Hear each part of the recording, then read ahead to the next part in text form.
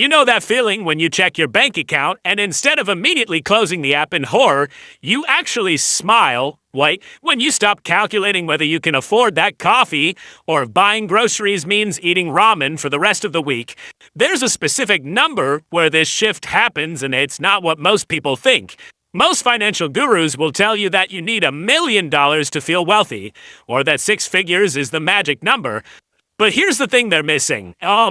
There's a much smaller milestone that completely transforms your relationship with money, and once you hit it, everything changes. That number is $20,000.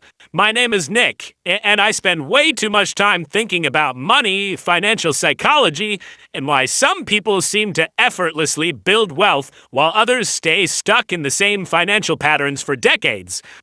If you're someone who wants to understand the real mechanics behind wealth building, instead of just hoping things will magically improve, make sure to hit that subscribe button and give this video a thumbs up if it ends up helping you see money differently. Now, before we dive into why $20,000 is the real game changer, let me ask you something. When you think about building wealth, what comes to mind? Maybe you picture some trust fund kid who never had to worry about money. Or perhaps you imagine someone grinding away for years, slowly accumulating wealth $1 at a time. The truth is, wealth building doesn't work the way most people think it does. Here's what actually happens. There are certain financial thresholds that act like invisible barriers. Once you cross them, the rules of the game completely change. $20,000 is the first major threshold that separates those who will build significant wealth from those who will spend their entire lives living paycheck to paycheck. And the crazy part is, most people have no idea this threshold even exists. Think about it this way. If you've ever tried to push a heavy boulder up a hill, you know that getting it started is the hardest part. You're straining, sweating, making very little progress, and questioning whether it's even possible. But once you build enough momentum, something magical happens. The boulder starts moving faster, and eventually, when you reach the top, it rolls down the other side almost effortlessly. $20,000 is that turning point where your financial boulder finally crests the hill. Everything before this point feels like you're pushing uphill against gravity. Everything after this point feels like gravity is working in your favor. But here's where it gets really interesting, and this is something that will probably surprise you. The difference isn't just mathematical. It's not simply that you have more money to invest or that your returns are larger in absolute terms. The real magic happens in your brain. When you don't have money saved, your brain operates in what psychologists call survival mode. Every financial decision is filtered through fear and scarcity. You take the first job offer that comes along, even if it's terrible, because you can't afford to be picky. You stay in situations you hate because leaving feels too risky. You say yes to things you don't want to do because you need the money. This isn't just about being practical or responsible. When you're in survival mode, your brain literally can't think about growth and opportunity. It's like trying to plan a vacation while your house is on fire. Your mental bandwidth is completely consumed by immediate threats and short-term survival. But something remarkable happens when you cross that $20,000 threshold. Suddenly, your brain has the space to think differently. Instead of asking, how do I survive until next paycheck? You start asking, how can I grow this money? Instead of being reactive to whatever financial crisis pops up, you become proactive about building wealth. Research from Vanguard shows that having just $2,000 in emergency savings increases your financial well-being by 21%. $2,000, that's less than most people spend on a vacation or a fancy laptop. But that small buffer creates a massive psychological shift because it moves you out of pure survival mode. When you push that emergency fund to 3 to 6 months of living expenses, which for most people lands somewhere around $20,000, you get another 13% boost in financial well-being. But more importantly, you've now created enough breathing room for your brain to start thinking about wealth building instead of just wealth preservation. Here's where the math starts getting really exciting. Let's say you're saving $1,000 every month and earning an 8% return on your investments. Getting to your first $20,000 takes about 19 months of consistent saving and investing. That's a year and a half of discipline, sacrifice, and delayed gratification. It's not easy, and frankly, most people give up somewhere along the way. But here's the part that will blow your mind. Your second $20,000 doesn't take another 19 months. It only takes about 17 months. Why? Because now you've got that first $20,000 working alongside your monthly contributions, generating its own returns. Think about this for a second. You did the exact same amount of work, saved the same amount of money each month, took the same level of risk with your investments, but you shaved 2 full months off the timeline just because you had more money working for you. That's the power of compound interest starting to kick in. By the time you're going for your third $20,000, the timeline shrinks even more. Your money is doing an increasing share of the heavy lifting while you're putting in the same effort. And when you get to the really big numbers, the acceleration becomes almost comical. Once you hit $400,000 in your investment portfolio, you can generate your next $20,000 in just 5 months. The same amount that took you nearly 2 years to save initially is now happening automatically through your investments. That first milestone feels impossible, but every milestone after that gets progressively easier. Now, you might be thinking that wealthy people have access to some secret investment world that regular folks can't touch. Like there are exclusive hedge funds or special opportunities that only unlock once you reach certain wealth levels. And while there is some truth to that at the ultra high end, it's not what's driving this $20,000 phenomenon. The real secret is much simpler and, honestly, much more encouraging. It's just basic mathematics working in your favor. When you invest $1,000 and it grows 10% in a year, you make $100. Take that exact same 10% growth rate and apply it to $10,000, and suddenly you're looking at $1,000 in profit from the same investment, same time frame, same level of risk. This is why hitting $20,000 feels like such a turning point. Up until that point, your investment returns feel almost insignificant because you're working with smaller amounts. A 10% return on $2,000 is $200. Nice, but not exactly life-changing. But a 10% return on $20,000 is $2,000. Now, we're talking about money that actually matters. When you've got $20,000 sitting in investments earning 8% annually, that's $1,600 flowing into your account over the course of a year without you having to lift a finger. Money you didn't have to earn through your job. Money that showed up because your existing money was working on your behalf. The investment strategy isn't any more sophisticated than what someone with $1,000 can use. You can buy the exact same index funds, use the same brokerages, follow the same basic principles. The only difference is scale, and that scale transforms small percentage wins into real financial progress. But here's the part that most people completely miss, and it might be the most important point in this entire video.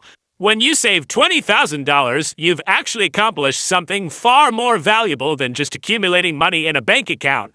You've fundamentally rewired your brain and built the most important financial habit you'll ever develop.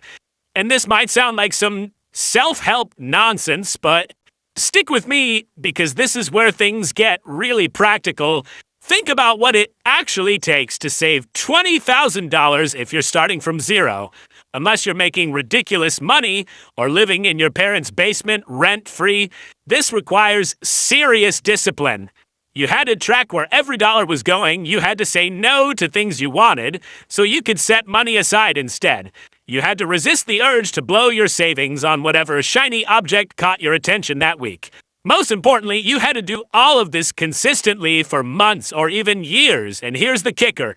You proved to yourself that you can control your money instead of letting it control you. You became the type of person who can delay gratification when it really matters. That's not just a financial skill, that's a life skill. This identity shift is huge because it affects every financial decision you make going forward. Before you had $20,000 saved, buying a $4 coffee might have required mental gymnastics about whether you could afford it. After you hit $20,000, you're not sweating the small stuff anymore because you know you have your priorities straight. You've proven you can make the big sacrifices when necessary. But there's another psychological shift that happens at this level that most people don't talk about. You start seeing opportunities instead of just threats. When you're living paycheck to paycheck, every unexpected expense feels like a disaster. Your car needs repairs, your laptop dies, your rent goes up. These aren't opportunities, they're financial emergencies that derail your entire month. But when you have $20,000 in the bank, these same events become minor inconveniences at worst. Your car needs repairs, annoying but not catastrophic. Your laptop dies, time to upgrade to something better. Your rent goes up, maybe it's time to finally look for a better place or negotiate your salary. Even better, you start noticing opportunities that were always there, but you couldn't take advantage of before. Your friend mentions they're starting a business and looking for investors. Before, you would have thought, that sounds interesting, and moved on. Now you can actually consider whether it's worth throwing $5,000 at it. A killer deal pops up on a rental property that needs some work. Before, you would have scrolled past it on Zillow and maybe felt a little envious. Now you can run the numbers and see if it makes sense as an investment. Your boss mentions there's a conference in another city that could be great for your career, but the company won't pay for it. Before, you would have made excuses about why you can't afford to go. Now you can weigh the potential return on investment. This is what wealthy people mean when they say, money goes to money. It's not some cosmic conspiracy where the universe rewards people who already have cash. It's that having money gives you options, and options create more opportunities to make money. Here's something else that happens around the $20,000 mark that will make you question everything you thought you knew about budgeting. You start caring less about small expenses and more about big ones. I know that sounds backwards, but hear me out. When you're broke, you obsess over every purchase. Should I buy the name brand cereal or the generic version? Is it worth spending $3 on coffee when I could make it at home? Should I get the premium gas or the regular? These decisions consume mental energy because every dollar feels precious. But when you have a solid financial foundation, you realize these micro decisions are largely irrelevant. The difference between spending $3 on coffee versus making it at home is maybe $1,000 per year if you're really going overboard. That's not nothing, but it's not going to make or break your financial future either. What matters are the big decisions: where you live, what you drive, how much you save, where you invest. These choices can swing your net worth by tens of thousands of dollars over time. So instead of agonizing over whether to buy the organic bananas, you focus your energy on optimizing your housing costs, maximizing your income, and making sure your investment strategy is solid. This shift in focus is incredibly liberating because it frees up mental bandwidth for the decisions that actually matter. You stop sweating the small stuff and start thinking strategically about wealth building. Now, let's talk about what happens to your career once you hit this milestone, because this is where things get really interesting. Having $20,000 saved doesn't just change your relationship with money, it changes your relationship with work. When you're living paycheck to paycheck, you're essentially trapped in whatever job you currently have. Your boss could be terrible, your coworkers could be toxic, the work could be mind-numbing, but you can't leave because you need that next paycheck to survive. This puts you in an incredibly weak negotiating position. You can't ask for a raise because you're afraid they might fire you. You can't push back on unreasonable demands because you need the job more than they need you. You can't explore other opportunities because taking time off for interviews feels too risky. You're stuck, and everyone knows it. But $20,000 changes the entire dynamic. Suddenly, you have what I call walking away money. You could quit tomorrow and survive for months while you find something better. This doesn't mean you should be reckless or burn bridges unnecessarily, but it means you're negotiating from a position of strength instead of desperation. This psychological shift affects everything about how you approach your career. You start asking for the raise you deserve because the worst they can say is no, and you'll be fine either way. You push back on unreasonable requests because you're not afraid of the consequences. You explore new opportunities because you can afford to take some risks. Here's what's really crazy. Often, you don't even need to use your walking away money. Just having it changes your entire demeanor at work. You become more confident, more assertive, more willing to take on challenging projects. And guess what happens when you show up differently? People notice that suddenly you're getting better assignments, more recognition, and yes, more money. It's like having a secret superpower that you hope you never have to use, but knowing it's there changes everything about how you operate.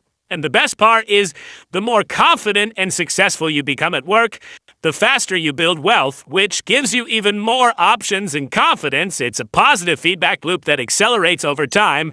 But here's where most people mess this up, and I see it constantly. They hit $20,000, feel that psychological shift, and then immediately blow it on something stupid. Maybe they decide they deserve a new car since they've been so disciplined, or they take an expensive vacation because they've earned it, or they use it as a down payment on a house they can't really afford. Don't do this. That $20,000 is not a reward for good behavior. It's the foundation of your entire financial future. It's the seed that grows into generational wealth if you're patient enough to let it compound. Instead, and that will probably make you laugh or cry depending on your current situation, the average person spends more money on their car over their lifetime than it would take to achieve complete financial independence. Think about that for a second. Between car payments, insurance, maintenance, and gas, most people are dropping $600 to $800 every single month on transportation. Over a 40-year period, that's easily $400,000 or more just to get from point A to point B. Meanwhile, they're complaining that they can't afford to save for retirement.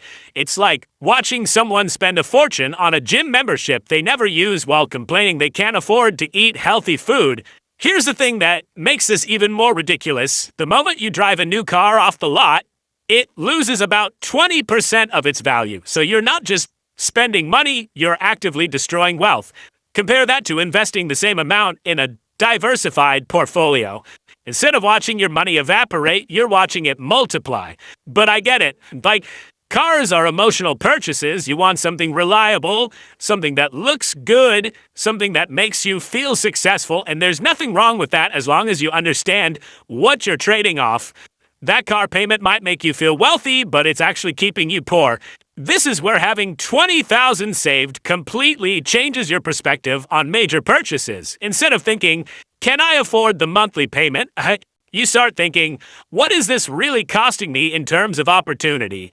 That $30,000 car isn't just $30,000. It's $30,000 that could have grown to over $200,000 in your investment account over 20 years. Suddenly, driving a reliable used car doesn't feel like a sacrifice anymore. It feels like a strategic choice that's funding your future freedom. And here's the beautiful irony. The person driving the flashy new car is probably stressed about money, while the person driving the older Honda is quietly building wealth and sleeping better at night. This mindset shift extends to every major financial decision you make. Housing, education, vacations, hobbies. Everything gets filtered through the lens of opportunity cost, not in an obsessive way that sucks all the joy out of life, but in a strategic way that ensures you're making intentional choices about where your money goes. And let me tell you something that might surprise you. Once you start thinking this way, you often realize you don't actually want half the stuff you thought you wanted. That bigger apartment, the extra space would be nice, but is it worth delaying your financial independence by 5 years, that expensive hobby? It's fun, but there are probably cheaper ways to get the same satisfaction. This isn't about becoming a penny-pinching miser who never enjoys anything.